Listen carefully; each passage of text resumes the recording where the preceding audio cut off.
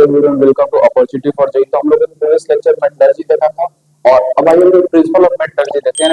हम लोगों ने क्या देखा था कि मेटलर्जी क्या होता है, एक ऐसा प्रोसेस जिसमें हम मेटल को क्या करते हैं, एक्सट्रैक्ट करते हैं और उसको हम लोग क्या करते हैं, फिर रिफाइन करते हैं।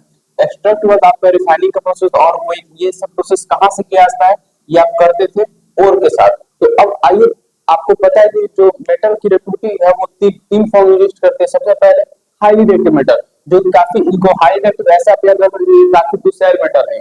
मॉडरेट रेक्टिव मेटल यानी इनमें गुस्सा थोड़ा कम आता है, और लिस्ट रेक्टिव मेटल ये सबसे शांत मेटल है। तो हाईली रेक्टिव जो मेटल होता है वो याद रखिए, वो कहीं भी अकेले फ्री स्टेट में एग्जिस्ट नहीं करेगा।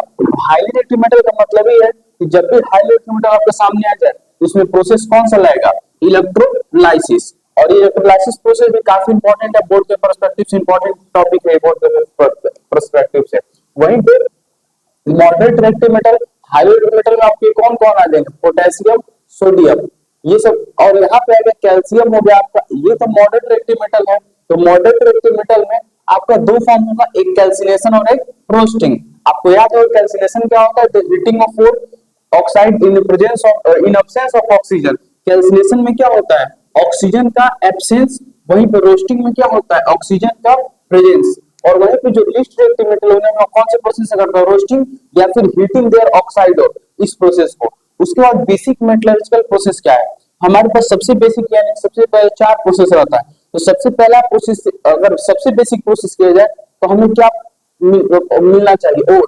क्योंकि अगर मान लीजिए आपके पास सब प्रोसेस सब आपने पढ़ाई कर ली और आपके पास और ही ना हो, तो आप मेटल का एक्सट्रैक्शन पॉसिबल नहीं है। तो सबसे पहले हमने और लिया, और से हमने इनरिचमेंट और ड्रेसिंग ऑफ और, इसलिए मैंने सबसे पहले कुछ सब बेसिक स्टफ पढ़ा दिए थे और के बारे में। तो ड्रेसिंग ऑफ और के बारे में आप समझ पाएंगे।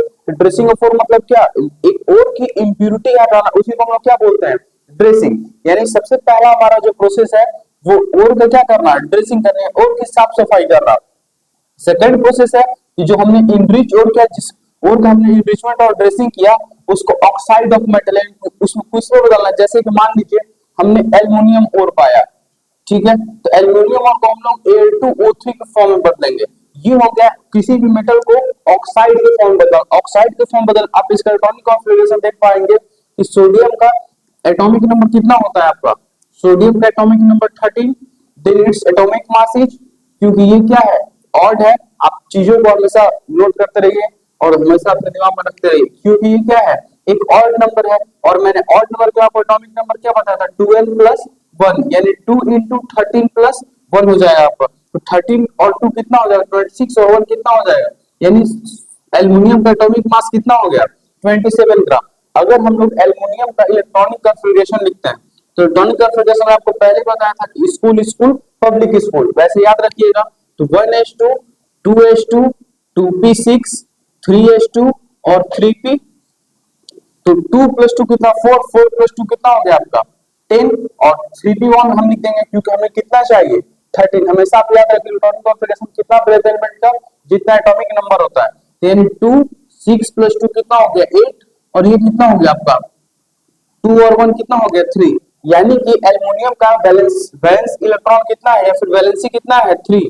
तो एल्युमिनियम कितना इलेक्ट्रॉन डोनेट कर सकता है, 3 इलेक्ट्रॉन क्या कर सकता है, एल्युमिनियम डोनेट करता है। इसीलिए आपने देखा होगा कि Al पे आप जब पॉजिटिव नेगेटिव रेडिकल ले आते हैं, Al पे सिंबल किसका होता है, Al3+। और वहीं पे ऑक्साइड पे क्या होता है, O2- या O-2, जो भी आप इसे बोलिए। तो ये क्या हो जाएगा आपका Al2O3। और सब इसके बाद हम लोग थर्ड प्रोसेस में करते हैं extraction of metal from it oxide. यानी जब ऑक्साइड होगा तो उसमें फिर हम लोग क्या करेंगे, ऑक्साइड से फिर इस मेटल क्या करेंगे, अलग करेंगे, ठीक है। उसके बाद रिफाइनिंग और प्यूरिफिकेशन ऑफ मेटल। और उसके बाद जो हमारा लास्ट प्रोसेस होता है उसमें हम क्या करते हैं, मेटल का रिफाइनिंग करते हैं, या फिर क्या करते हैं, मेटल को प्यूरिफाई करते हैं। तो अब आइए हम लोग सबसे पहले देखते हैं एनरिचमेंट ऑफ ओर में कौन कौन से प्रोसेस होते हैं। कन्वर्जन में फिर हम कैल्सिनेशन रोस्टिंग का डिफाइन पढ़ेंगे, और मैं बार बोल रहा हूँ ये कैल्सिनेशन रोस्टिंग और इलेक्ट्रोलाइटिक रिफाइनिंग तीनों टॉपिक बोर्ड के लिए बहुत ज्यादा इंपॉर्टेंट है। तो अब टॉपिक आप लिख लीजिए एनरिचमेंट और ड्रेसिंग ऑफ ओर। तो आइए हम लोग सबसे फर्स्ट प्रोसेस देखते हैं इनरिचमेंट और ड्रेसिंग ऑफ द ओर। तो इनरिचमेंट ऑफ ओर ऑब्वियसली क्या होता है, जब हम लोग अर्थ से ओर को ऑब्टेन करेंगे, तो अर्थ से ओर को ऑब्टेन कर, ऐसा तो नहीं और अल्ट्रा प्योर होगा। अगर और अल्ट्रा प्योर होगा हमें मेटलर्जी पढ़ना ही नहीं पड़ता, क्योंकि अगर और हमें अल्ट्रा प्योर मिल जाता तो हमें ये सब पढ़ना क्या था, बेकार था। क्योंकि आपको पता है अर्थ के अंदर सॉइल है, और सॉइल बहुत सारा उसमें इम्प्यूरिटीज, और धरती के जब नीचे पाया जाता है तो देखिए वहां पे बस ये लिखा हुआ है कि और mind from the earth contain number of impurity, जिसको इम्प्यूरिटी को हम लोग क्या बोलते हैं केमिस्ट्री के मेटलर्जी के ब्रांच में गैन, ठीक है। तो विच मस्ट बी रिमूव्ड, और उसे हमें सबसे पहले क्या करना होगा, रिमूव करना होगा। और उसे हम रिमूव नहीं करेंगे तो हम एक अच्छे से और ऑब्टेन नहीं कर पाएंगे। जैसे कि आप ऐसे सोचिए कि आपको एक अच्छा इंसान बनने के लिए क्या करना पड़ता है, आपको बचपन से पहले कहाँ जाना होता है, स्कूल, ठीक है। और नॉलेज ऑब्टेन करने के लिए सॉरी कॉलेज जाना होता है। और अगर आपको और ऑप्टेन करने के लिए आगे कुछ अच्छे अच्छे यूनिवर्सिटी में पढ़ना होता है, या फिर जो भी आपको एक अच्छे कॉलेज में पढ़ना होता है। अगर ऐसा कीजिए कि आप बचपन से जब इतने तेज होते, ये तो पॉसिबल नहीं है, तो फिर आपको पढ़ने की क्या आवश्यकता थी। सेम उसी प्रकार से आपका जो ओर है उसके अंदर भी क्या रहती है, जैसे इंसान के पास काफी इम्प्यूरिटीज रहते हैं, कैसे कैसे प्योर होती है, समय के साथ अलग अलग प्रोसेस होता है उसकी इम्प्यूरिटीज जो होते हैं वो खत्म होती है। उसी प्रकार से हमारे ये और के लिए कुछ इनरिचमेंट और के सबसे फर्स्ट प्रोसेस है नेविगेशन। तो नेविगेशन प्रोसेस ऐसा आप डायग्राम देख पा रहे हो, इस प्रोसेस में किया क्या है, तो आपका जो ओर है उसे एक पाउडर फॉर्म में गिराया जाता है, ये एक मशीन से, ठीक है। यहाँ से पाउडर फॉर्म में और गिराया जाएगा, यहाँ से पाउडर फॉर्म में गिराने के बाद इसे पानी से क्या किया जाता है, काफी हाई प्रेशर वाटर दिया जाएगा। तो आप खुद से समझिए, आपने देखा होगा कि जब कोई भी सामान, नॉर्मल सोचने का तरीका है कि जब कोई भी सामान गंदा तो आप किससे धोते हो, पानी से। और पानी धोने के बाद क्या करते हो, जैसे घर में आपने देखा होगा मम्मी जी लोग जो घर पे धोते हो किससे धोती हैं, पानी से। उसी प्रकार से और वो क्या, और को किससे वॉश किया जाता है, वाटर से। जब और को वाटर से वॉश किया जाएगा तो इसलिए ये बताइए जो जो आपका डर्ट पार्टिकल होगा वो क्या होता है, हल्का होता है, मेटल भारी होगा ना। अब जैसे मान लीजिए अगर लोहे पे धूल लगा है, एक ऐसा एग्जांपल लीजिए, अगर ये आयरन का पार्टिकल है और इस पे आपको क्या लगा है, डस्ट लगा है, तो ऐसा तो होगा नहीं। अब अगर आप अच्छे से केमिस्ट्री पढ़ते हो ऐसा तो होगा नहीं, तो लोहा ऊपर आ जाएगा और धूल नीचे चला जाएगा, धूल का सोल्यूशन, ऐसा तो इट्स नेवर भी पॉसिबल, ये कभी पॉसिबल नहीं है। तो उसके लिए हमें सबसे पहले जैसे ही हम वाटर से इससे, तो जो डस्ट पार्टिकल है वो क्या हो जाएगा, वो बाहर हो जाएगा। उसी प्रकार से हम जब इसे हाइड्रोलिक वॉशिंग करते हैं तो यहाँ जो वाटर पार्टिकल्स होता है वो क्या होता है, इस जो पाइप यहाँ आप देखो, जिसको आप देखिए आप लिखा हुआ है, ये वेस्ट पार्टिकल्स क्या हो जाता है, इससे क्या होता है, रिमूव हो जाता है। मीनवाइल अब जो हैवी जो पार्टिकल्स हैं जो आपके भारी वाले हैं वो कहाँ आ जाएंगे, नीचे आ जाएंगे, और वो नीचे आने के साथ वो क्या हो जाएंगे, आपको रिमूव हो जाएंगे उस प्रोसेस में। तो यहीं पे लिखा हुआ आपका the powder ore is washed in the jet of water, यानी पाउडर को हम लोग किससे धोते हैं, काफी जेट ऑफ वाटर से। और उसके बाद the lighter rock and earth is impurity, जो लाइटर जो हल्के होते हैं, जो रॉकी एंड पथरीले जो होते हैं, और जो अर्थ की इम्प्यूरिटी जो होते हैं वो किससे वॉश हो जाते हैं, पानी से। वाइल द हैवियर, जो हैवियर आपके ओवर पार्टिकल होंगे वो कहाँ हो जाएंगे, वो आपके नीचे छूट जाएंगे और सेटल डाउन द बॉटम, और वो कहाँ चले जाएंगे, आपके बॉटम में चले जाएंगे, और बॉटम में चले जाएंगे। और इसी प्रोसेस को हम लोग क्या बोलते हैं, हाइड्रोलिक वॉशिंग। यानी आपने एक नॉर्मल प्रोसेस देखा होगा, हमारे घर में कार में हाइड्रोलिक वॉशिंग प्रोसेस का यूज होता है। तो उस प्रोसेस में हम लोग देखते हैं घर में कैसे, सॉरी बोला जाए बाहर में आप देखते हो हाइड्रोलिक वॉशिंग कार का होता है। तो उसमें प्रोसेस में क्या होता है, कार को काफी फोर्स वाली पाइप से क्या धोया जाता है, सेम वही प्रोसेस। और इसका पहला प्रोसेस और इस प्रोसेस को क्या बोलते हैं, नेविगेशन, यही आपको प्रोसेस में। तो आइए हम लोग देखें फर्स्ट रोटेशन। तो सल्फाइड और ऑफ कॉपर, यानी सल्फाइड और कॉपर यानी Cu2s PbS, जिसको याद गैलेना बोलते थे, तो जिंक सल्फाइड ZnS, ठीक है। Generally concentrated by this method, यानी इसको हम लोग फ्रथ रोटेशन मेथड से। तो फ्रथ मींस क्या होता है, आपने पढ़ा होगा झाग, ठीक है। तो इस पूरे प्रोसेस में क्या होता है, ध्यान से देखिए, लिखा हुआ आपके सामने, द फाइनली पाउडर और इज मिक्स विद वाटर। जो आपका फाइनली पाउडर और रहता है, हम लोग पहले प्रोसेस में क्या किया था, हमने पहले प्रोसेस में नेविगेशन में हाइड्रोलिक वॉशिंग में हमने किया था, और वो क्या किया था, हार्ड सॉरी वाटर से क्या किया था, वॉश किया था। जो इम्प्योरिटी था वो आपका बाहर निकल जाता था, और जो और का पार्टिकल था वो क्या होता है, बॉटम में सेटल हो जा रहा था। लेकिन इस ओर में हम लोग क्या करते हैं, जो फाइनली पाउडर उसको हम लोग किसके साथ मिक्स करते हैं, वाटर के साथ, and small amount of oil, और उसमें क्या मिलाते हैं, ऑयल मिलाते हैं। कारण कि आपने एक नॉर्मल चीज देखी होगी, ऑयल और वाटर जो होते हैं वो इमिक्सबल होता है, कोई मिक्स नहीं होते हैं।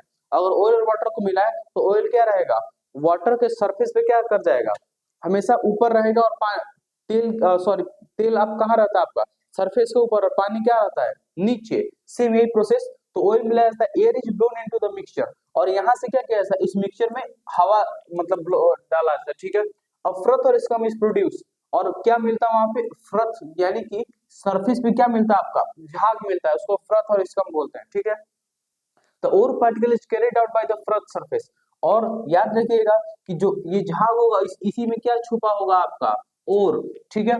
और ओर पार्टिकल क्या होता है इसमें आपका प्रेजेंट रहता है the earth impurity sink to the bottom, और जो आपका इम्प्यूरिटी है वो कहाँ चल जाता है बॉटम में, यानी उस मेथड और इस सेकंड नेविगेशन और आपका ट्रांसपोर्टेशन में क्या अंतर है याद रखिएगा कि हाइड्रोलिक वाशिंग वहीं पे लगाएंगे जहां पे ओर क्या हो, ओर जो हो वो हल्का हो एज कंपेरिजन टू किससे मेटल से, यानी सॉरी एज कंपेरिजन टू किससे इम्प्यूरिटी से, यानी कि उस प्रोसेस में क्या था इम्प्यूरिटी क्या था हल्का था इसलिए क्या हो जा रहा था बाहर चला जा रहा था, लेकिन इसमें इम्प्यूरिटी क्या है ज्यादा भारी है।